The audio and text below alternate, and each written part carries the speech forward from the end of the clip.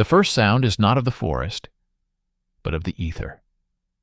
A harsh, metallic crackle cutting through the static of the night. A voice, speaking in precise guttural German, emerges from the speaker of a Soviet radio intercept station, hidden deep in a bunker near Mozhaisk.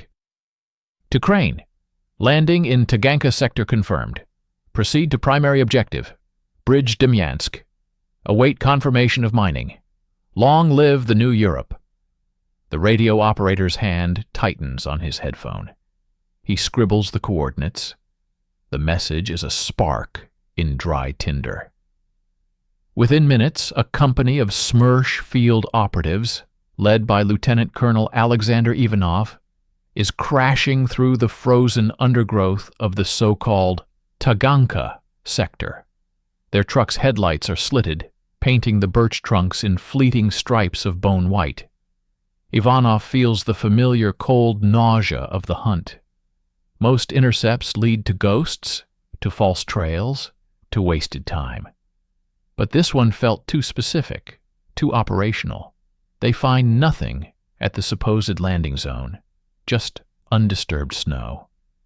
Tension rises, laced with the bitter taste of another bureaucratic wild goose chase. Then, a kilometer east, a sentry's boot catches on a strap half buried in the snow. Not a strap, a parachute harness, expertly camouflaged with broken branches. The forest explodes into action. What follows is not a battle, but a brutal, silent snare. The two figures, dressed in quilted Soviet jackets, but moving with a foreign rigidity, are caught in a crossfire of shouts and leveled rifles.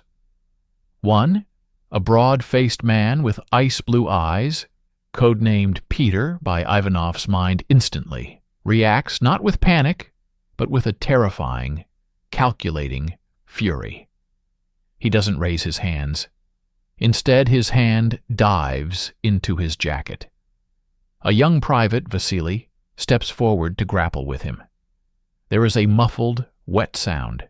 Vasily stumbles back, a look of profound surprise on his boyish face, a dark bloom already spreading across his chest from the narrow, vicious knife in Peter's hand.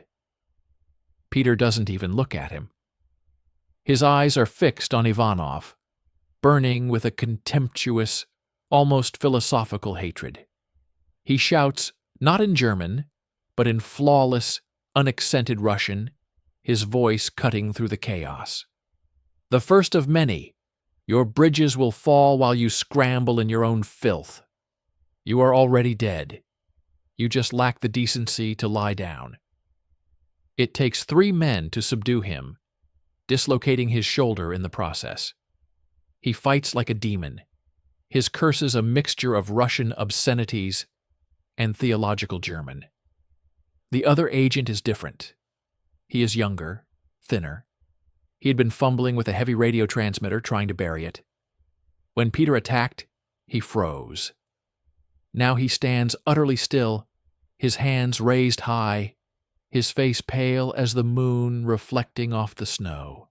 His eyes are wide, not with defiance, but with a dawning, catastrophic horror. He is not looking at his captors. He is staring at Private Vasily, who is now being frantically worked on by a medic, his breathing a wet, ragged gasp. This agent, Heinrich, sees not an enemy, but the tangible, bleeding consequence of his mission. His lip trembles. They are dragged to a forward detention point, a converted stinking root cellar beneath a shelled-out dacha. The air is thick with the smell of earth, mildew, and now, fresh blood from Vasily, who dies on the dirt floor 10 minutes later, without regaining consciousness. The young private's body is a silent, accusing presence in the corner. Ivanov's interrogation is not a shouted inquisition. It is a cold, surgical autopsy of a failed mission.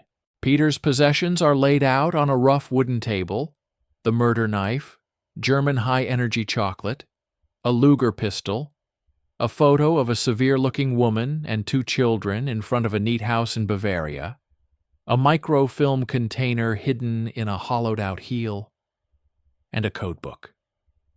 Peter sits bound to a chair, radiating a silent, smug fury.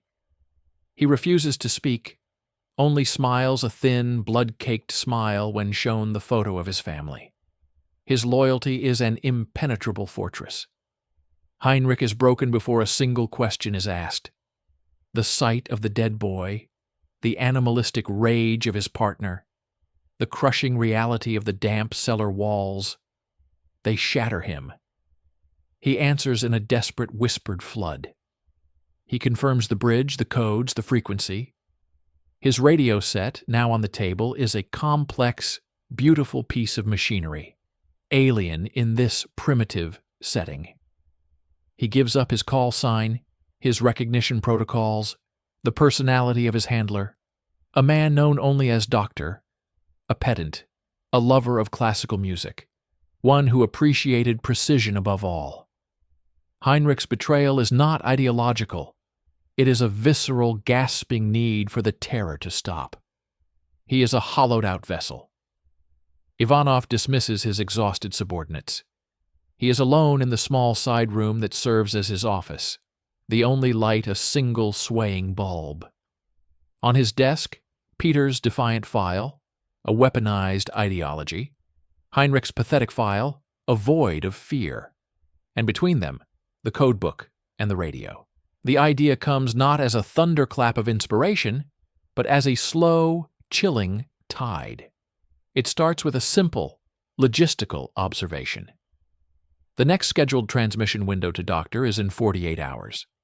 Doctor will be waiting, headphones on, in a warm bunker in occupied Poland, expecting the successful, murderous report from Crane. Standard procedure is clear. Execute the spies, report the neutralized threat, close the file. But Ivanov's eyes keep drifting from the files to the radio. To send the standard SMERSH report would be to merely react. What if they could act?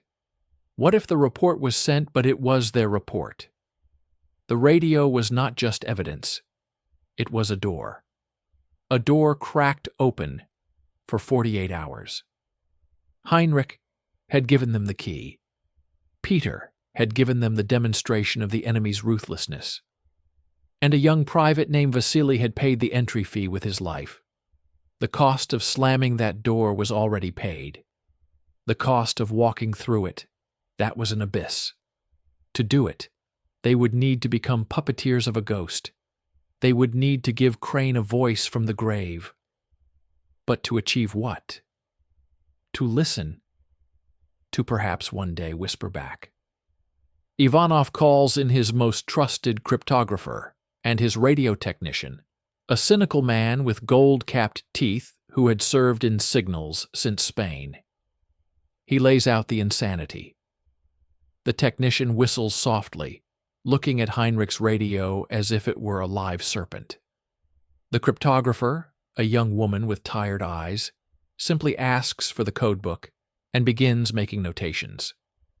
The next 36 hours are a descent into a bizarre, technical purgatory. Heinrich, now separated forever from the terrifying presence of Peter, is coached not in resistance, but in the ultimate betrayal of his mission, its perfect simulation. He must teach the Soviet technician his fist, the unique rhythmic signature of his keying style. A single mistimed dash, a habitual pause absent, and Doctor's trained ear would detect an impostor. Heinrich, in a state of numb shock, complies. His hands on a practice key are steady only because all affect, all will, has been drained from him. He is a perfect, broken instrument. Peter's fate is decided in a brief, grim conversation between Ivanov and the political officer. There is no trial. In a dank corner of the root cellar, away from Heinrich's hearing, Peter is executed with a single pistol shot to the back of the head. His formidable loyalty, his deadly skill, His entire being is reduced to a logistical problem eliminated. His body is buried in an unmarked, frost-hardened pit. His photo is filed away. Ivanov feels no triumph, only the cold, metallic taste of a necessary sin. The game demanded a sacrifice, and Peter was it. The night of the transmission arrives. The radio is set up in the root cellar. The air is electric with a new kind of fear, not of capture, but of exposure. Heinrich sits before the set, a guard's hand heavy on his shoulder. Ivanov stands behind him, a transcript of the pre-written brief message in his hand. Landed safely, package secure, awaiting instructions. Crane. Heinrich's finger, poised over the key, is trembling violently now. The technician nods, his face grim. This is the moment. The door is there. Do they knock? Ivanov gives a single sharp nod. The key clicks. The dots and dashes, shaped by Heinrich's muscle memory, but directed by Soviet will, spill into the ether. They travel hundreds of miles west, through the freezing atmosphere, over the trenches and the tanks and the massing armies. Silence. The static hisses back, a void. Seconds stretch into a minute. The cryptographer chews her lip. The technician mutters a curse. Ivanov's heart is a cold stone. They have revealed their hand to a vacant table. Then, a crackle. A series of precise, authoritative bursts. A response. The cryptographer works furiously, decoding the groups. She looks up, her tired eyes now wide. It's Doctor. He acknowledges. He says, "Welcome, Crane. Await further orders. Maintain schedule." There is no cheer, no celebration. The room is tomb silent, the weight of what they have just done crushing in its immensity. They have successfully told a monstrous, perfect lie to the heart of German intelligence. They have brought a phantom to life. Ivanov looks at the radio, then at the pale, shaking form of Heinrich, and finally at the dark stain on the floor where Vasily had died. They have crossed a threshold into a mirrored world where truth is their enemy and fiction is their only weapon. The first move is made. The ghost is now alive, and it is hungry. It will need a story, a body, a purpose, and they will have to feed it, for months, for years, with the delicate, poisonous bread of their invention. The game has begun. There is no way back. The silence after that first, successful transmission was not peace. It was the ringing void after a detonation, where every sense is heightened to the point of pain. In the root cellar, the only sound was the dying hum of the radio and Heinrich's shallow, ragged breathing. Lieutenant Colonel Alexander Ivanov stared at the decoded slip of paper in his hand. "Welcome, Crane. Await further orders." The words were not a greeting. They were a summons into a labyrinth of their own creation. The immediate aftermath was a flurry of sterile, brutal logistics. Heinrich was sedated and transported under heavy guard to a specialized isolation cell in the heart of Moscow. A clean, soundproofed room that would be his world for the foreseeable future. He was no longer a prisoner of war. He was a state asset, a fragile component in a delicate machine. His every need was met, his compliance monitored by men who viewed him with cold, professional detachment. He was the voice of the ghost, and they had to keep the throat from seizing. For Ivanov and his newly formed small team, the cryptographer Anya, the cynical technician Boris, and a stoic field operative named Grigory, the real work began not with transmissions, but with mythology. They moved from the damp cellar to a secured, windowless room deep within the Lubyanka complex. The air here smelled of floor polish, old paper, and strong tea. On the walls, maps of the Soviet Union were pinned, marked with the front lines, a bleeding scar across the country, The problem was existential. Crane was a cipher, a call sign for a successful landing. But Abwehr's doctor, a meticulous man who appreciated precision, would soon demand substance. What was Crane's network, his capabilities, his motivation? To answer these questions, they had to build a person, then an organization, from the atoms of plausible deceit. The initial brainstorming sessions were exercises in cynical psychology. They pored over captured Abwehr documents and interrogations of other turned agents. They needed a legend that would resonate with the German intelligence psyche. A simple, disgruntled Soviet citizen? Too commonplace, unconvincing for strategic tasks. A communist traitor? They already had many.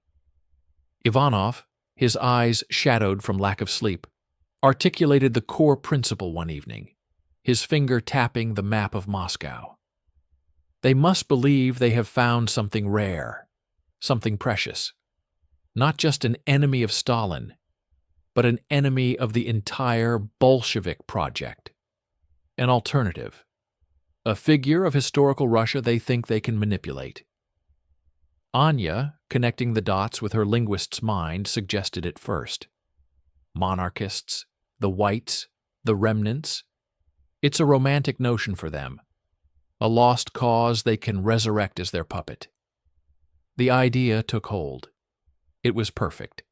It offered depth, history, a natural reservoir of hatred for the Soviet state, and a crucial, seductive ambiguity.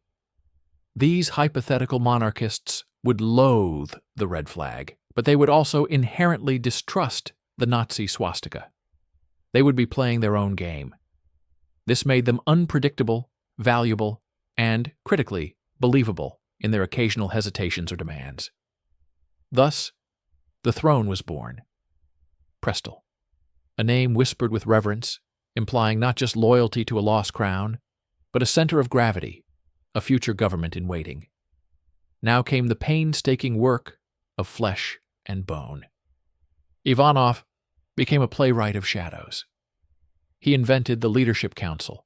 There was Prince, the nominal head, a figure of old-world nobility and piety, too visible for radio work, but providing spiritual direction.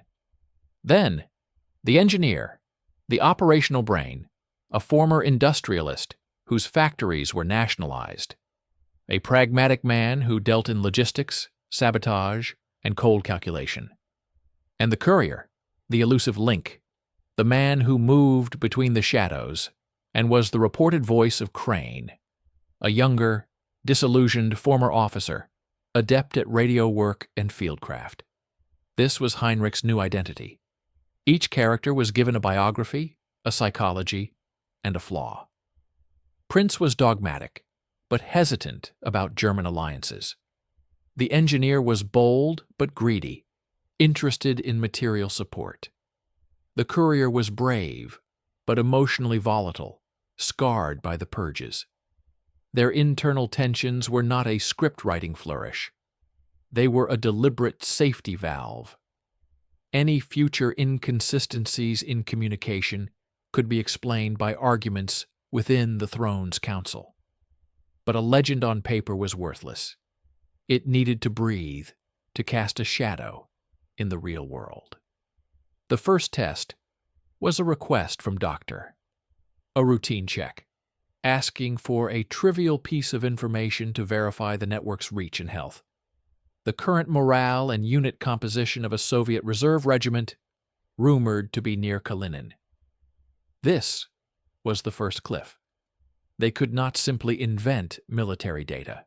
A wrong division number, a misplaced commander's name, and Doctor's suspicion would be immediate. But giving real, accurate information was treason. Ivanov found the solution in a masterstroke of bureaucratic manipulation. He used SMERSH's own authority to request a routine, non-sensitive briefing paper from the Kalinin Front headquarters, a document about logistical challenges and troop morale, meant for political officers. From this dry report, Anya and Grigori extracted kernels of truth, generic complaints about supply issues, the ubiquitous presence of political commissars, the general weariness. They dressed these universal truths in the throne's specific conspiratorial language. The transmission back to Doctor spoke of low spirits due to poor rations and distrust of commanders, but attributed it to the network's eyes in the commissariat. It was vague enough to be safe, specific enough in tone to feel authentic. The response from Doctor was not just acknowledgement. It was a request for more. And it contained the first tangible fruit of the lie, a list of complex questions about Soviet aircraft production, and a promise of a funds drop for the throne's operational expenses. The team was elated for a moment. Then reality set in. The funds drop was a logistical nightmare and a deadly risk. It meant selecting a location, securing it for days, and being exposed during the actual drop. A single mistake, a single curious local, or a roaming German reconnaissance plane spotting Soviet troops where partisans should be, and the game was over. Ivanov selected a remote swampy area near the front, but on the Soviet side. For 3 nights, Grigori and a squad of his most trusted men, disguised as filthy armed partisans, lurked in the freezing mire. They fought not Germans, but the cold, the silence, and the gnawing possibility of a double cross. What if the plane came with bombs, not money? What if it was a test of their air defenses? On the 4th night, the low drone of a German Fieseler Storch aircraft broke the stillness. It circled once, a dark shape against the starry sky. Then a small dark cluster detached itself and tumbled down. No bombs. A single parachute bloomed, delivering a sturdy, wax-sealed container. Back in Moscow, under bright lights, they opened it. Inside, neatly packed, were bundles of used Tsarist-era rubles, gold coins, blocks of platinum, forged Soviet internal passports, pencils with hidden compartments for microfilm, and brand-new German radios superior to their own. A treasure trove of espionage. Ivanov held a gold coin, the face of the Tsar gleaming under the bulb. The irony was immense. The Abwehr was funding its own deception with the currency of the very regime their fictional network sought to restore. The ghost was no longer just speaking. It was eating, growing, developing needs and a bank account. But with this success came a new, more profound weight. They had accepted the enemy's money. They had woven a tapestry of lies so intricate it had begun to generate its own reality. Heinrich, in his cell, now practiced his transmissions with the new German radio, his messages filled with the concerns and triumphs of the courier, a man who did not exist. Ivanov looked at his team, Anya meticulously crafting false reports, Boris tuning the captured radio, Grigori cleaning his submachine gun after the swamp mission. They were no longer just counterintelligence officers. They were the secret custodians of a phantom kingdom, a silent anti-Soviet cabal existing only in the ether and in the vaults of the Third Reich. They had given the ghost a name, a face, and a hunger, and they were now responsible for feeding it, forever. The platinum bars and Tsarist gold now sat in a Lubyanka vault, a cold, mocking monument to their success. But the very weight of that treasure became an unbearable pressure on Lieutenant Colonel Ivanov. The Abwehr's doctor was no fool. His trust was a ledger, and he would soon demand a withdrawal. The payment for his faith would not be in vague reports of low morale. It would be in blood. Concrete, verifiable action that proved the throne was not just a voice on the air, but a knife in the heart of the Soviet war machine. The demand when it came, was as inevitable as it was chilling. A new, heavily coded message from Doctor, decrypted by Anya's trembling fingers, landed on Ivanov's desk. It was a direct order for the throne to prove its lethal worth. "Demonstrate capability," it read. "Eliminate target of opportunity. Senior Political Commissar Voronin, attached to the 5th Guards Army near Vitebsk. His removal will disrupt enemy morale structure. Provide evidence." The room froze. Boris stopped tinkering with a radio circuit. Grigory, who had been cleaning his weapon, looked up, his face a stone mask. This was the cliff they had all seen coming. They had fed the ghost stories. Now it demanded a corpse. Commissar Voronin was real. His file, pulled from GRU archives, showed a hard-faced careerist, a man who had sent countless men to their deaths for cowardice or defeatism. He was also heavily guarded, a symbol of political power at the front. To kill him would be a massive, risky military operation. To fake his death would be an act of breathtaking audacity that could unravel everything. Ivanov spent a night in a state of cold, calculated despair, chain-smoking in the windowless room. The direct path was impossible, but the indirect path, it required stepping into a moral abyss. He remembered a line from an old interrogation report. "The truth is not what happened, but what can be irrefutably proven to have happened." He conceived a plan of such cynical brilliance it made his own stomach turn. It rested on 3 pillars: a body, a narrative, and a willing, high-ranking accomplice within their own system. The body was the first problem. It could not be just anyone. It had to be a plausible Voronin. Ivanov, using SMERSH's grim authority, accessed records of recent executions and deaths in military prisons. He needed a man of similar age, build, and with a face that could be disfigured just enough to be identifiable, but not so much as to preclude recognition. He found him in a morgue in Smolensk, a captured Ukrainian nationalist collaborator, shot while trying to escape, a traitor to the motherland, now destined for a final, unwitting role. The narrative was more complex. Voronin could not simply be found dead. The story had to serve multiple masters. For the Abwehr, it had to be a daring assassination by monarchist patriots. For the Red Army, it had to be a tragic but explainable accident that did not expose a lethal breach in security or cause a panic about internal conspiracies. This is where Ivanov sought his accomplice. He requested, and through sheer force of will and the backing of his own terrified superiors, secured a private meeting with a high-ranking member of the Military Medical Service, General Dr. Karpov, a man who understood secrecy, pathology, and the needs of the state. In a tense, hushed conversation, Ivanov laid out the bones of the operation, not as a request, but as a strategic necessity. The survival of a vital intelligence channel against Germany depended on a believable lie. Karpov, an old man with eyes that had seen the horrors of 3 wars, understood the calculus. He agreed to become the author of the official truth. The operation, codenamed Cobweb, was set in motion.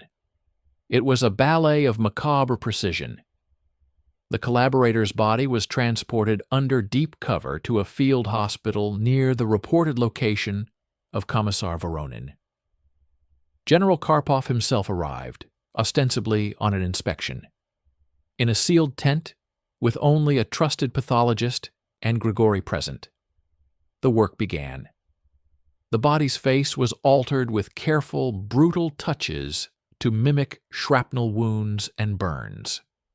Karpov, using his authority, created a complete, falsified medical record for Commissar Voronin, detailing his admission following a German artillery strike on his staff car. The file noted severe facial trauma and cardiac arrest under anesthesia. Simultaneously, the real, very much alive Commissar Voronin was intercepted by SMERSH agents 100 miles away. He was shown orders signed by a terrifyingly high authority, assigning him to an immediate and secret mission in the Urals concerning political reliability of new tank battalions. He was furious, confused, but powerless. He vanished from his post into the bureaucratic ether. Now came the most dangerous part, providing evidence to the Abwehr. They could not send a photograph of the mangled corpse. It was too risky, too traceable. Instead, they used the Abwehr's own bureaucratic expectations against them. Anya crafted a meticulous report from the courier to doctor. It was a masterpiece of espionage fiction. It described in vivid clinical detail the tracking of Voronin's vehicle, the planting of a delayed-action explosive device on the road using German-supplied plastique, a nice touch, the glorious fireball, and the subsequent confirmation from a source in the medical corps of Voronin's death from his wounds. The report oozed the perfect tone, professional pride mingled with a hint of religious reverence for the act of regicide.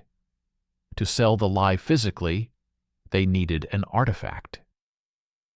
Grigory was tasked with obtaining Voronin's actual identity papers and party card, items that had been on the commissar when he was detained. These were not given to the Germans. Instead, they were meticulously photographed, but not in a studio, in the grimy, blood-stained interior of a captured German personnel carrier that SMERSH used for training. The papers were laid on a map of the Vitebsk sector, a German officer's dagger, also captured, placed beside them, and a faint, out-of-focus glimpse of a ragged, Tsarist-era double-headed eagle pin created by their own workshop was visible in the corner of the frame. The photograph was then distressed, creased, smudged with what looked like engine oil and dirt. This single grainy photograph was microfilmed.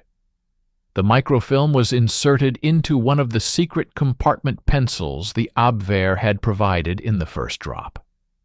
This pencil was then placed in a dead drop location behind a loose brick in a war-ruined church in Smolensk, a location the throne had previously reported as secure. The wait that followed was the longest of Ivanov's life. It was a wait filled with the specter of a single wrong move.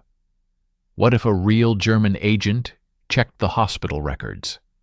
What if Voronin's sudden disappearance sparked an internal NKVD investigation that crossed their path? What if Doctor found the photograph too perfect, too contrived? The response, when it finally crackled through the ether, was not just an acknowledgement. It was a promotion. Doctor's message was effusive, with a warmth that felt colder than ice. Operation against Voronin is acknowledged as a singular success. The throne has proven its valor and capability. Funds and equipment for expanded operations are authorized.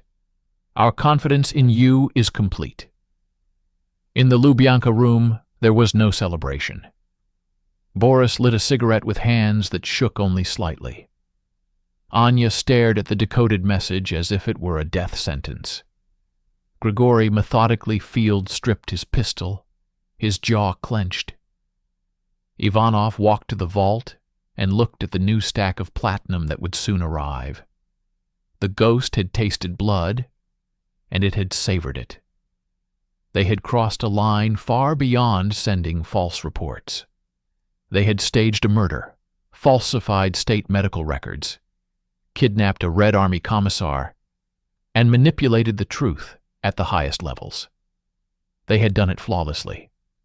The enemy's trust was now absolute, cemented in a lie so profound it had required the temporary, secret alteration of reality itself. The success was a prison. The more the throne achieved in the eyes of the Abwehr, the more horrific the acts they would be expected to perform. Ivanov looked at his hands. They were clean, but he felt the phantom stain of the collaborators' blood, the weight of General Karpov's complicit silence, and the living, breathing fear of the hidden commissar, Voronin. They were no longer just architects of a ghost. They were its grave diggers, and the next corpse demanded might be one they were not prepared to bury. The absolute trust of the enemy is a heavier burden than their suspicion. With each successful transmission, each piece of fabricated intelligence swallowed by Abwehr's doctor, the phantom organism known as the Throne grew in stature and ambition in the minds of German high command. It was no longer a mere asset. It was becoming a strategic partner in the shadows. And partners demand meetings. The request was a seismic event, transmitted in a burst of high-level cipher that took Anya a full night to unravel. It was not from Doctor alone. It bore the hallmarks of the Abwehr's central command. The Throne was to receive a special envoy, a decorated officer and veteran intelligence coordinator named Major Erich Keller. His mission, to personally liaise with the leadership, assess the network's infrastructure, and coordinate future large-scale sabotage operations in preparation for the 1944 summer offensive. A plane would drop him and 2 radio operators into a secure zone. The Throne was to receive, shelter, and brief him. In the sealed Moscow room, the decoded message lay like a live grenade. Grigory was the first to voice the tactical truth. They're not just sending a letter. They're sending a judge, a man who will look into our eyes, touch the walls of our hideout, smell the air. You cannot fake geography to a man who is standing on it. Boris, ever the cynic, saw the immediate doom. He will be a professional. He will have secret recognition codes, questions only the real monarchist resistance would know. Heinrich's voice on the radio is one thing. A living, breathing German major in a room with us is another. One glance, one wrong idiom, one misplaced icon in a fake bunker, and he will know. The game ends with a bullet for all of us. Ivanov knew they were right. To refuse would be to cast doubt on 3 years of meticulous work. To accept was to walk onto a stage under a spotlight held by the enemy, with no script for the most critical act. But within the paralyzing risk, his mind, now uniquely adapted to the architecture of deception, saw a terrifying opportunity. If they could control this encounter, if they could make Major Keller see, touch, and believe in a reality they manufactured, their control over the German intelligence apparatus would become absolute. They would not just be feeding a ghost. They would be having a ghost shake hands with its master. The plan that emerged was named Berezino, after the remote, swampy, war-ravaged village in Belarus selected as the stage. It was to be the most ambitious piece of theater in the history of espionage. Ivanov was no longer a lieutenant colonel. He was a director, and the resources of the Soviet state became his props department and cast. Berezino was meticulously prepared. A perimeter 10 kilometers in diameter was secretly secured by Grigory's most trusted SMERSH operatives, disguised as scruffy, armed partisans. They became an invisible fence, ensuring no real partisans, locals, or German patrols could stumble into the performance. Within this cordon, the set was dressed. A supposed throne base camp was established in a surviving cellar of a bombed-out farmhouse. It was filled with carefully curated artifacts, pre-revolutionary maps, a moth-eaten regimental flag of the Tsar's Imperial Guard, a hidden altar corner with a traditional icon provided by the state's anti-religious propaganda department's confiscated collections, empty tins of German food, and Soviet military uniforms with insignia torn off, hanging to dry. The smell was crucial, a mix of damp earth, wood smoke, unwashed bodies, and stale cabbage. It had to feel lived in, desperate, and authentic. The cast was selected with equal care. Ivanov could not play a role. His Moscow accent and demeanor were wrong. Grigory became the ataman, the gruff, battle-hardened security chief for the throne. A linguistics professor from Leningrad, with a deep knowledge of white Magyar, slang, and the bearing of a fallen aristocrat, was brought in to play the strategist, a member of the council. They were drilled for weeks on their legends, their hatreds, their motivations. They had to believe, for moments at a time, that they were who they said they were. Heinrich, in Moscow, continued to be the voice of the courier, coordinating the drop details with Doctor. The tension in his transmission room was palpable. The slightest stumble now would doom the men on the ground. The night of the drop was a masterpiece of suspense. Major Keller and his two operators parachuted into a moonlit clearing. They were met not by smiling allies, but by the nervous, armed figures of Grigory's men, who performed a flawless, wordless search before leading them on a grueling, silent, 3-hour march through sucking bogs and thick pine forest. The exhaustion and disorientation were deliberate, part of the script to break down Keller's situational awareness. Upon arrival at the base camp, the performance began in earnest. The sight that greeted Major Keller was straight out of Abwehr's romantic fantasies of the Russian resistance. Grim-faced men in a mixture of peasant and military garb huddled around a small fire. The icon glinted in the corner.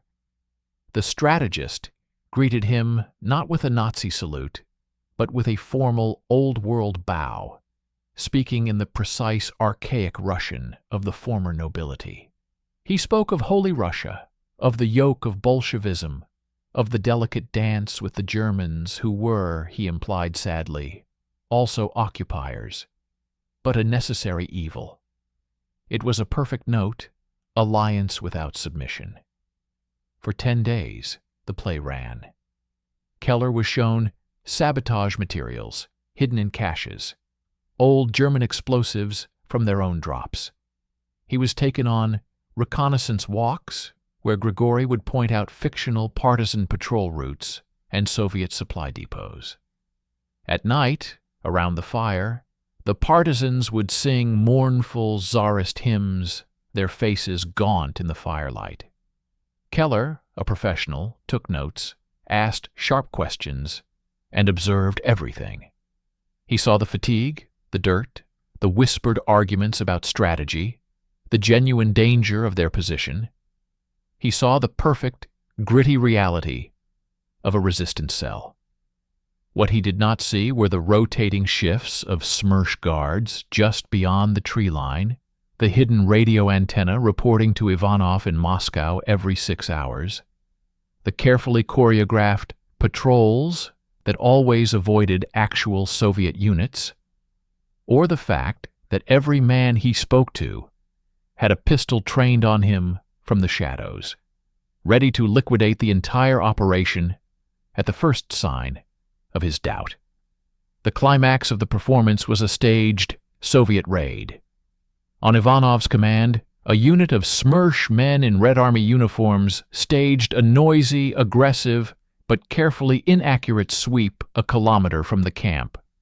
The camp erupted in controlled panic. Blank shots were fired. Keller and his men were rushed into a hidden root cellar, hearts pounding as the sounds of battle echoed outside. For those minutes, crouched in the dark earth, the fear on Keller's face was not an act. It was the final, irrevocable seal of authenticity. He had shared danger with the throne. When the plane returned to extract him, Major Keller was a changed man. He clasped the strategist's hand with genuine respect. He promised more supplies, more support.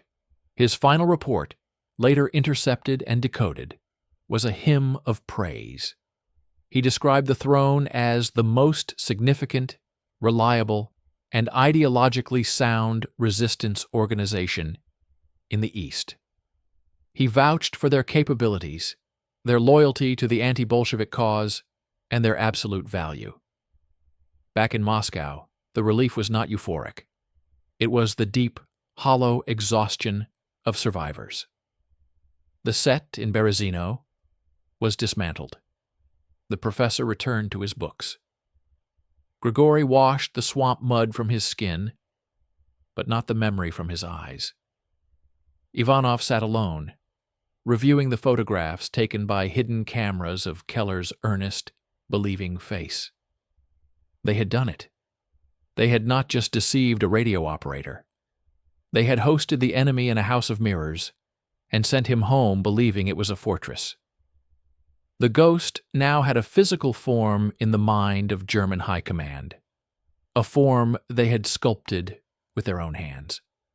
The control was now total. But with it came a new, chilling realization. They could never falter. They had to maintain this fictional world, this entire shadow army, forever. The applause from the enemy was the sound of their own cage locking shut. The most successful deception in history had become their life sentence. The triumph of Berezino was a peak from which there was no descent, only a precarious plateau stretching into an indefinite future. Major Keller's glowing report transformed the throne from a valued asset into a cornerstone of Abwehr's Eastern strategy. The transmissions from Doctor took on a new, almost collegial tone. The requests became more complex, the expected deliverables more critical to actual German military planning. The Ghost had been knighted, and now it was expected to lead phantom armies. For the team in the sealed Moscow room, the pressure mutated. It was no longer the sharp, acute fear of exposure. It became a chronic, grinding weight, distorting reality itself. They had lived inside their own lie for so long that its borders began to blur, and the first fractures appeared not in the deception, but in the deceivers. The first crack manifested in Heinrich. Confined for years to his sterile cell, his identity had been systematically erased and replaced with that of the courier. He transmitted the strategist's victories, the ataman's struggles, Prince's pious doubts. The psychiatrists monitoring him noted a disturbing shift. He began, in his private moments, to speak of our cause, not as a fiction, but with a low, fervent passion. He asked for a small icon for his room. He expressed genuine anxiety over a fictional supply drop they had decided to report as compromised. The man was disappearing, consumed by the phantom he voiced. One night, during a routine transmission, he deviated from the coded script. He added, in his own voice, a personal plea to Doctor. The winter is hard on the men's morale. Tell them the fatherland remembers its true friends. It was a tiny, dangerous flourish of authenticity. Ivanov, monitoring nearby, froze. Anya had to swiftly craft a follow-up message, attributing the emotional outburst to the courier's recent fictional narrow escape from the NKVD, a character note to explain the lapse. Heinrich was sedated for a week. The tool was developing a will of its own. The second fracture was in Grigori, the man who had played the Ataman in Berezino, who had breathed the swamp air and stared into Major Keller's believing eyes, found he could not shed the role. In Moscow, amidst the paperwork and the sterile planning, he grew irritable, withdrawn. He began to argue against certain deceptions, not on tactical grounds, but on moral ones. "We are making them heroes," he muttered one evening, staring at a request to fabricate a report on the fictional assassination of a Soviet supply officer. Keller believed he was with brave men. "We are turning their courage, our fiction, into a weapon that kills real Russians on the front. Where is the line?" He had started to respect the illusion they had built, to empathize with the fictional patriots whose bravery he had embodied. The line between his duty and his performed loyalty was smudging, threatening his operational coldness. The most dangerous fracture, however, was external. The sheer success of the throne made it a target within the Byzantine labyrinth of Soviet power. The NKVD, the sprawling security apparatus separate from SMERSH, began to pick up whispers. Their vast network of informants had caught murmurs of a mysterious, highly effective monarchist group operating with impunity, receiving German airdrops. They knew nothing of Ivanov's operation, which was buried under layers of supreme secrecy. To them, the throne appeared to be a devastating counterintelligence failure, or worse, evidence of real, high-level treason. Ivanov was summoned to the office of a powerful NKVD general, a man named Ushakov, whose reputation was built on unmasking vast conspiracies. The air was thick with suspicion. Ushakov laid out intercepted German communications, all praising the throne. "Who are these rats?" Ushakov demanded, his eyes boring into Ivanov. "They are blowing up our infrastructure, killing our commissars, and living off German candy. And your department, Lieutenant Colonel, seems to be missing them entirely. Explain this failure." Ivanov stood on a razor's edge. To reveal the truth was to breach the highest secrecy and potentially lose control of the operation to the NKVD's brute force methods. To plead ignorance was to be marked as incompetent or complicit. He chose a third path, a lie within the lie. He acknowledged the worrying intelligence. He suggested, with carefully feigned humility, that the throne might be a masterful German disinformation campaign, a provokatsia, designed to waste NKVD resources hunting phantoms and to sow distrust. He offered to have his own unit analyze the patterns quietly, to avoid giving the Germans the satisfaction of seeing the Soviets chase ghosts. It was a brilliant, desperate gambit, playing on the NKVD's own paranoia. Ushakov was not fully convinced, but the idea of being duped by German deception struck a nerve. He gave Ivanov a leash, but it was a choke chain. "Unravel this, or I will unravel your department," was the unspoken verdict. Returning to his team, Ivanov faced a new, tripartite enemy: the crumbling psyche of his asset, the eroding resolve of his best operative, and the creeping suspicion of his own state security apparatus. The operation was now a ship sailing in a narrow channel between the cliff of German scrutiny and the iceberg of NKVD investigation. The pressure demanded a supreme act of creative deception, one that would satisfy the Abwehr's escalating demands, reassert control over his team, and simultaneously throw the NKVD off the scent. He conceived a plan of stunning complexity. They would have the throne execute a major, believable sabotage, a blown railway bridge, but do it in a way that would secretly aid the Red Army. They would feed the Germans the exact coordinates for a bridge that Soviet engineers had already slated for demolition. Its strategic value spent. The explosion would be real, documented by hidden SMERSH photographers, and reported triumphantly to Dr. The Germans would be elated.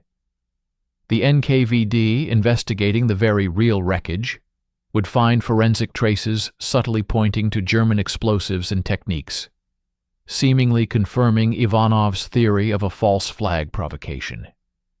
It was a high-wire act requiring perfect coordination between Ivanov's deception team and a real Soviet sapper unit. For Grigory, it became a catharsis. He was sent to the front to liaise with the engineers, to channel his conflicted loyalties into a real, tangible act that served the motherland while feeding the beast of the lie. He returned, exhausted but centered, the internal conflict momentarily resolved by action. The bridge blew at dawn, a spectacular fireball lighting up the sky. The photographs, showing the twisted ruins, were perfect. The report to Berlin was a masterpiece of dramatic detail. The internal report to NKVD General Ushakov was a dry analytical brief, concluding that the forensic evidence strongly suggested a German operation designed to look like an internal rebellion. For a moment, the cracks sealed over. Heinrich, receiving news of the success, transmitted with renewed, controlled fervor. Grigory found solace in the mission's dual purpose. The NKVD's gaze shifted slightly away. But Ivanov felt no victory as he reviewed the two reports side by side on his desk, one celebrating a fictional victory for the Tsar, the other dismissing a real explosion as a fascist trick. He had not simplified the maze. He had added another, deeper layer to it. He was now lying not only to the Germans, but also to a substantial part of his own government, weaving narratives that stood in mirrored opposition. The strain was etching itself permanently into his face. The ghost of the throne had grown so powerful, so real, that it now threatened to dismantle the very reality of the men who had created it. They were no longer just playing a game. They were living in the Hall of Mirrors, and the reflections were starting to talk back. The demolished bridge was more than a tactical success. It was a psychological Rubicon crossed. In the labyrinthine minds of the Abwehr planners, the throne ceased to be an intelligence asset. It became a strategic weapon.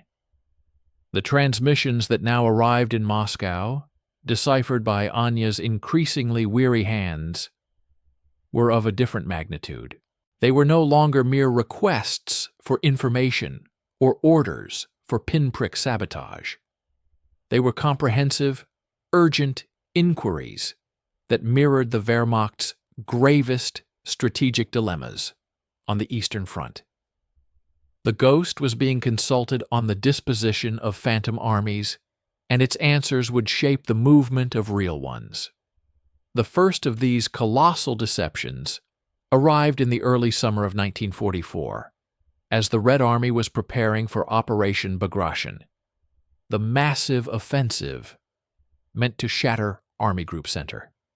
The Abwehr, desperate for clarity, tasked the throne with a near-impossible mission: to ascertain the true location of Stalin's strategic reserve, the mighty 5th Guards Tank Army. Was it positioned to reinforce the push towards Minsk, or was it a feint, with the true blow to fall further south? German reconnaissance was blinded. They needed eyes on the ground they believed only the throne could provide. In the sealed room, the air grew thick with the weight of history.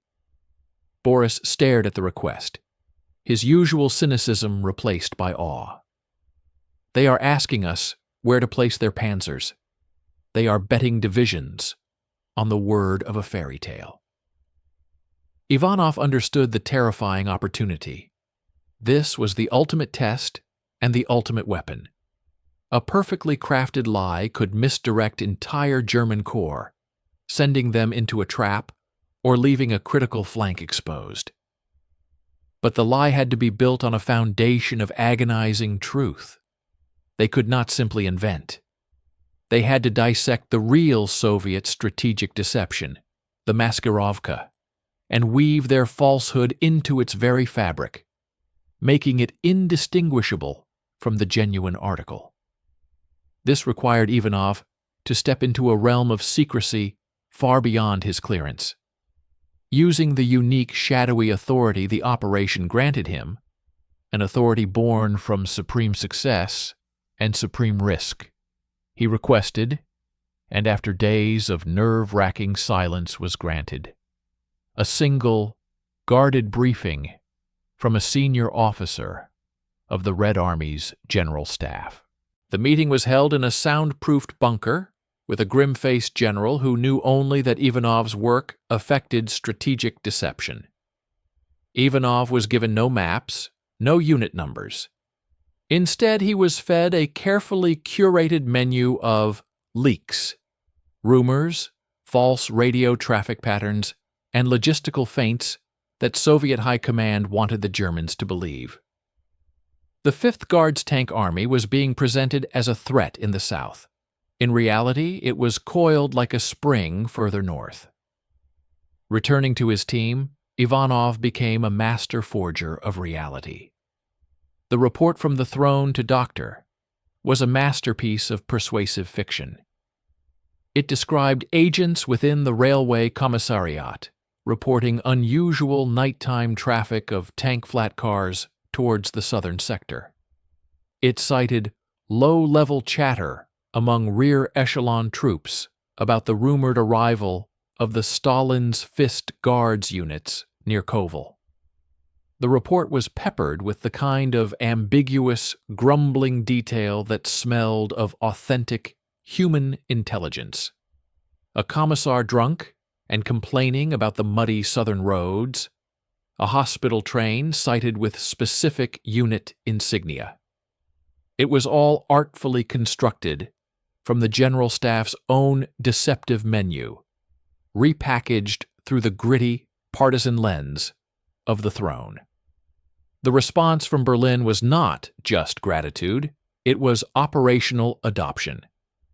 Subsequent decryptions of high-level German signals, which SMERSH routinely intercepted, showed a noticeable shift in their anxiety. Concerns about the Northern Front were downgraded. Reinforcements were subtly delayed. The ghost had whispered, and the enemy high command had leaned in to listen.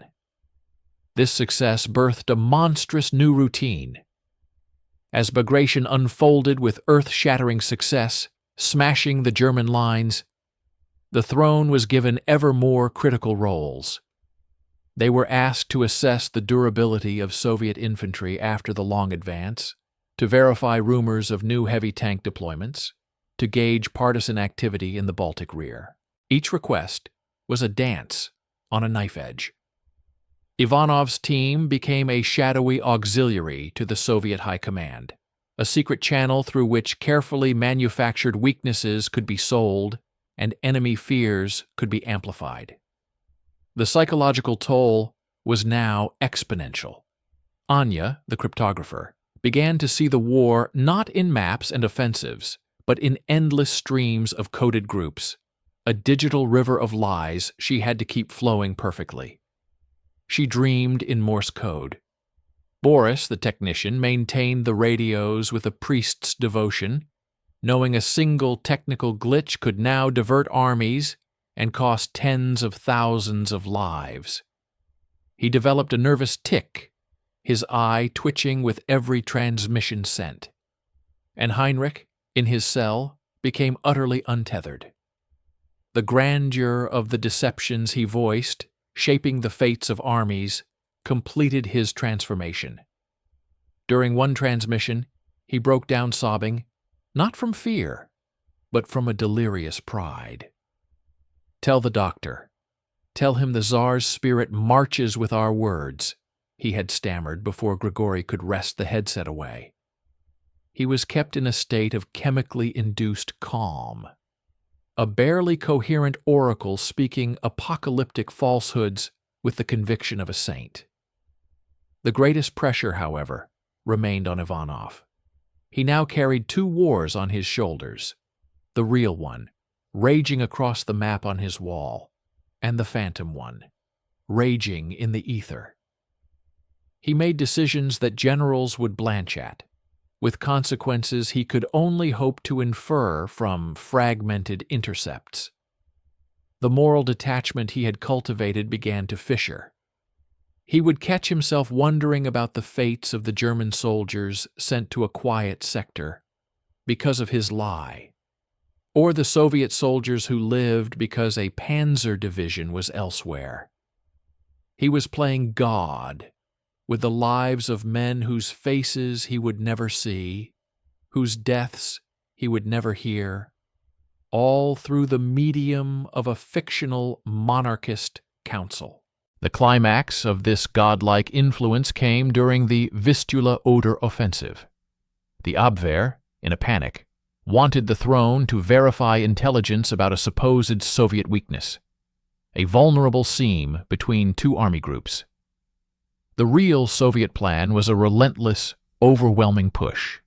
The weak seam was a deliberate trap. Ivanov, informed of this by his now regular but always tense contact with the general staff, crafted the throne's most devastating report.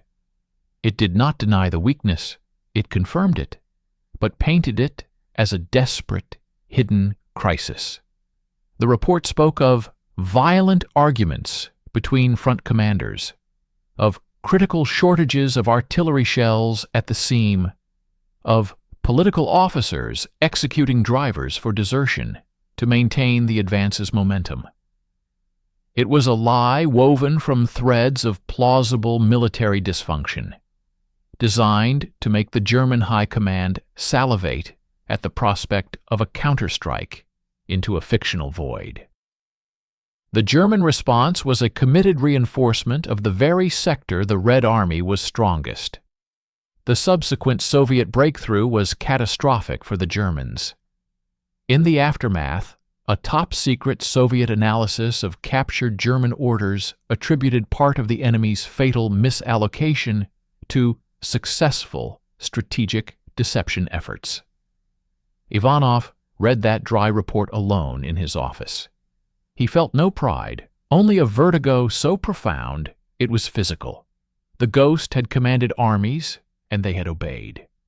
The fiction in his mind had spilled out into the world and had killed and saved on an industrial scale. The operation was no longer a game of spycraft. It was a hidden gear in the vast, murderous engine of the war itself, and he was the mechanic who had built it from smoke and mirrors. The power was absolute, and it tasted only of ash. The Red Army surged westward, a tidal wave of steel and fire, and the ghost of the throne surged with it, its fictional influence growing in direct proportion to the Third Reich's very real collapse. The transmissions from Doctor had taken on a new, frantic tone, laced with a desperation that was both a testament to their success and a harbinger of unprecedented danger. The Abwehr, its back pressed against the ruins of its own Reich, no longer saw the throne as merely a weapon. In the gathering twilight, they began to see it as an ark, a vessel to preserve something, anything of their doomed project in the East. The request, when it came, was the one Ivanov had secretly dreaded for years. It was not a demand for information, nor an order for sabotage. It was an invitation, a summons from hell. Decrypted by Anya, her hands now perpetually stained with ink and shaking from fatigue and stimulants, the message was stark in its elegant simplicity. Given the untenable and deteriorating situation on the Eastern Front, and in recognition of the invaluable and heroic service to the future of a free Russia, the high command of the Abwehr, with personal approval from higher authorities, was evacuating the core leadership of the throne to safety. A special long-range aircraft would be dispatched to a designated coordinates. Prince, the engineer, the courier, the vital minds of the resistance were to be extracted to Berlin for consultations for their own protection and to plan the post-war struggle. Their radio operators and key fighters would follow in subsequent sorties. The message lay in the center of the table in the sealed room, a silent detonation. Boris was the first to break the catatonic silence. He let out a sound that was not a laugh, but a dry, rusted hinge of despair. They want to meet the cast for a curtain call in the burning theater. Grigori simply stood up and walked to the wall, pressing his forehead against the cool plaster, his shoulders rigid. The physicality of the demand was its genius and its horror. You cannot evacuate a fiction. You cannot shake hands with a rumor. For 3 years, they had traded in the currency of the invisible. Now the enemy demanded a physical exchange, a surrender of the spectral bodies they had invented. Heinrich, upon being informed in his chemically fogged state, reacted with a beatific smile. "Berlin," he whispered, "at last. The prince will be received by the general staff." He was already packing a phantom suitcase in his mind. He was, irrevocably, the courier, and the call to the capital was his ultimate validation. His complete absorption into the lie, once their greatest asset, was now a screaming liability. Ivanov felt the walls of the labyrinth finally close in. Every exit was sealed. To refuse was to instantly confess the 3-year deception. The Abwehr, in its death throes, would realize it had been bled dry by a phantom, and while it might not change the course of the war, it would mean the utter humiliating collapse of their life's work. It would also likely trigger a final, vengeful order from Berlin to expose the throne to the Soviets via other channels, potentially igniting the very internal witch hunt by the NKVD that they had narrowly avoided. But to accept was an impossibility. There was no prince. There was no engineer. There were only a broken German turncoat, a stressed linguist, a cynical technician, and a SMERSH colonel with shadows permanently etched under his eyes. They could not board that plane. The pressure within the team, held in check for so long, now erupted. Anya, her voice a thin wire of hysteria, argued for a catastrophic but clean end. Send a final message claiming the NKVD had raided the headquarters, then go silent forever. Let the ghost die a martyr. Grigori violently disagreed.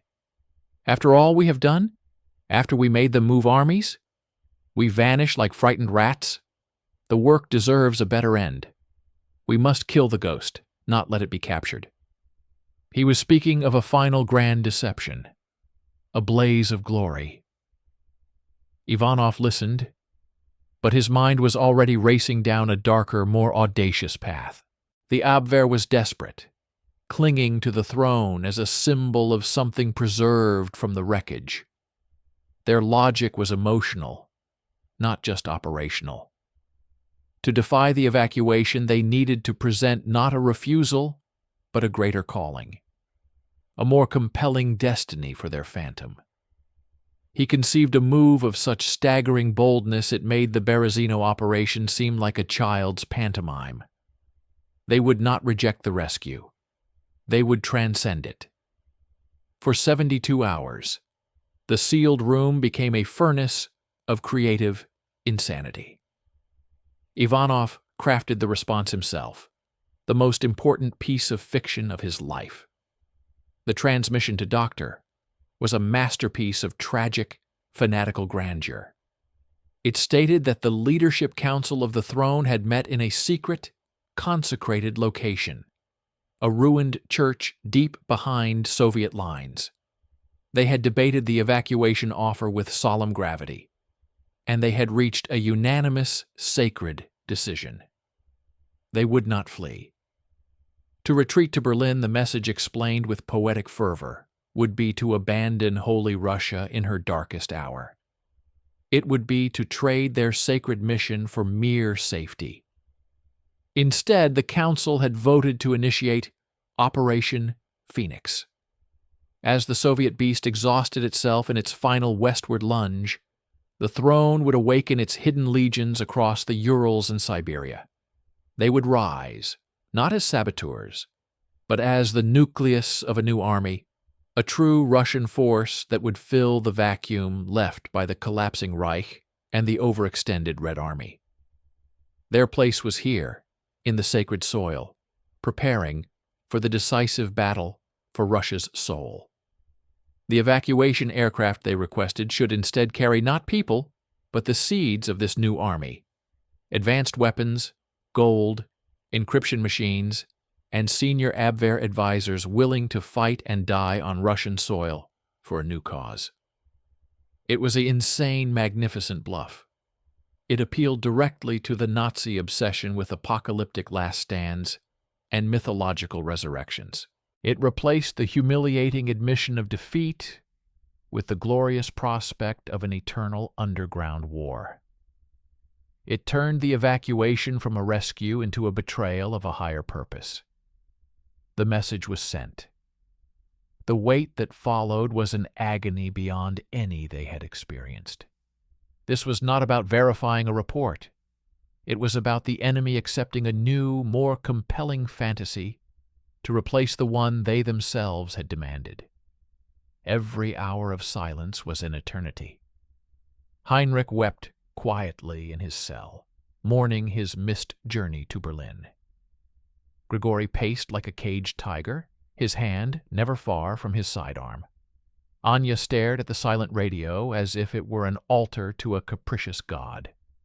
Then the response came. The decoded text was not from Doctor. It was from a higher authority within the Abwehr, the very level that had authorized the evacuation. It was short. It was chilling. Your resolve humbles us. The destiny of nations is forged by such spirit. Operation Phoenix is approved.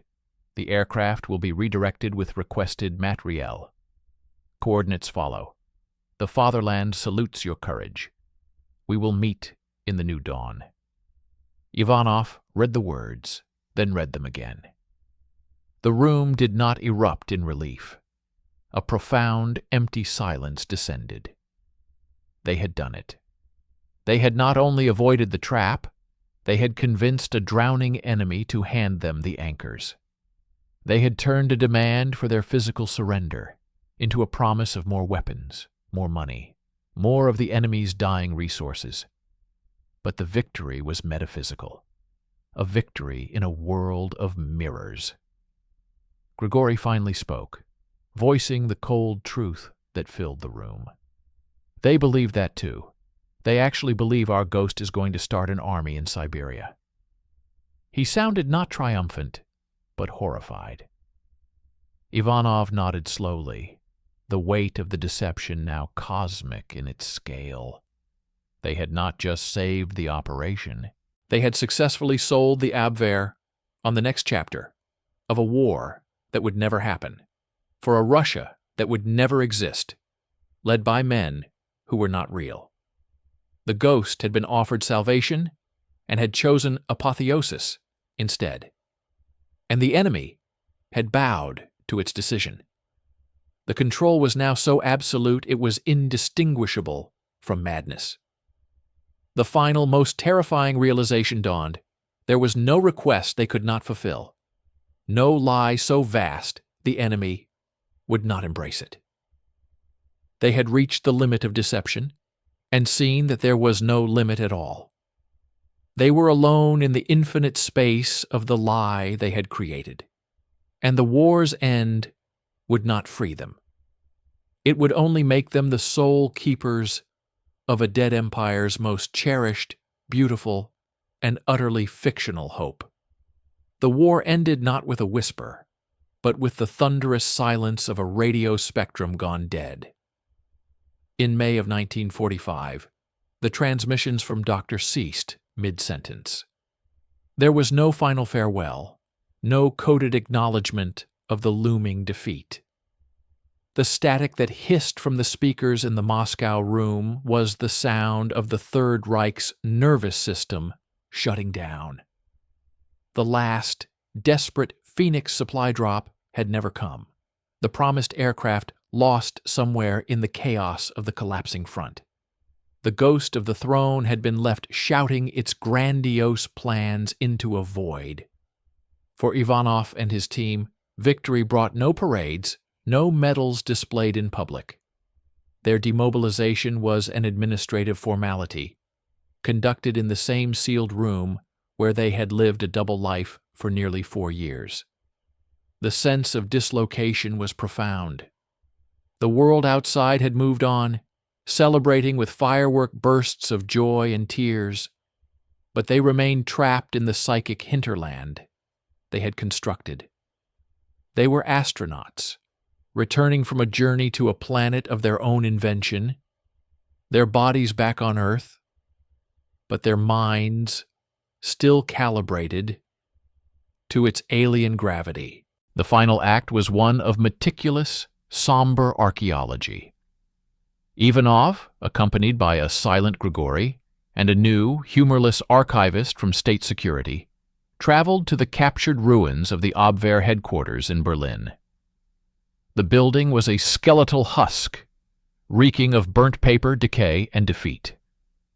In a fire-scarred sub-basement, behind a blown safe door, they found them.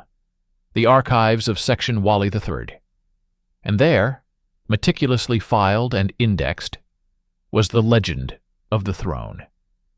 Ivanov stood in the dust-flecked air, watching as the Soviet archivist pulled out the thick ribbon-bound folders. He saw the crisp, typed German headings: Unternehmen Prestol, Monarchistische Widerstandsorganisation im tiefen Hinterland, Operation Throne, Monarchist Resistance Organization in the Deep Hinterland. The file was vast. It contained every transmission, every report they had ever sent, painstakingly annotated and analyzed. There were psychological profiles of Prince, the engineer, the courier. There were maps of their supposed operations, drawn by German cartographers based on Heinrich's lies. There were copies of the grainy photograph of Voronin's papers and Major Keller's exhaustive, glowing field report from Berezino, complete with hand-drawn sketches of the camp and its patriots. Most haunting of all was a final, strategic assessment, dated just weeks before the collapse.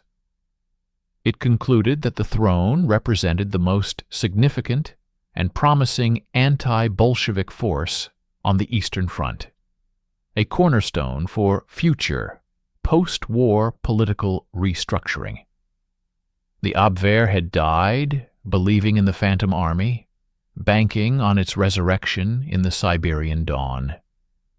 They had invested not just money and equipment, but their last shred of strategic hope in a fiction. Grigori picked up a photograph from the file. It was a surveillance picture, taken secretly in Berezino, showing him as the Ataman, his own face, hardened and unfamiliar, staring into a campfire he remembered as being desperately cold. He was a ghost in another nation's intelligence archive. He placed it back carefully, as if it were a holy relic, his hand steady, but his eyes distant. Back in Moscow, the team was disbanded with chilling efficiency. Anya, her nerves shattered by years of living inside coded lies, was transferred to a quiet teaching post at a signals academy, sworn to eternal silence. Boris, the technician, took a pension and retreated to a small apartment, where he would spend his days fixing radios for neighbors, a man forever listening for nuances in the static no one else could hear. Heinrich's fate was the most ambiguous. He could not be released. He knew too much, and his mind was a palace of beautiful, dangerous ruins. He was not executed. He was transferred to a special psychiatric institution, a comfortable, quiet prison where he would live out his days being treated for a condition no doctor could fully diagnose: the complete and permanent identification with a persona that had never existed. He would occasionally ask after the health of Prince, or fret about the supply lines to the phantom Siberian army. For Ivanov, there was no clean escape. He was promoted, given a desk in a prestigious department, but his new work, reviewing mundane border security reports, felt like a child's game. The real war had been fought in the space between realities, and he had been its general. Now he was a clerk. He requested, and was granted, one final visit to the vault, where the physical spoils of the operation were kept. The guard unlocked the heavy door. Inside, under the stark light of a single bulb, lay the tangible harvest of the ghost. Stacked ingots of platinum and gold, bundles of czarist rubles, now historical curiosities, neat rows of German radios, their dials still gleaming, canisters of unopened explosives, pencils with hidden compartments, a museum of a deception. Ivanov did not touch anything. He simply stood there, surrounded by the proof of their unimaginable success. The silence was absolute. He thought of the young Private Vasily, dead in the root cellar in the first hour of the game. He thought of the executed collaborator who became Commissar Voronin. He thought of Major Keller's believing eyes, and the German soldiers who had marched to wrong places, died in wrong battles because of the whispers he had sent into the ether. He had set out to deceive an intelligence service. He had ended up bending the strategic will of a nation, capturing its treasure, and commandeering its hope. He had won a secret, total war. But as he looked at the cold, silent treasure, he felt no glory, only the immense, echoing weight of the unreal. They had not just fooled the enemy. They had, for a time, replaced a part of the enemy's reality with their own. They had been the keepers, the architects, and finally, the sole mourners of a world that had never been.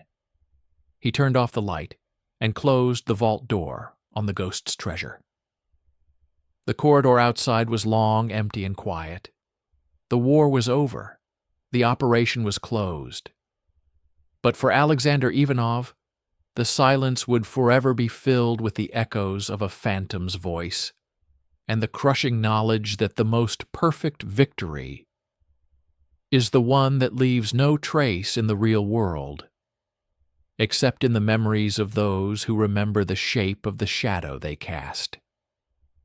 He walked down the corridor, his footsteps the only sound. A man leaving the only job that had ever mattered, forever haunted by the masterpiece of nothingness he had created.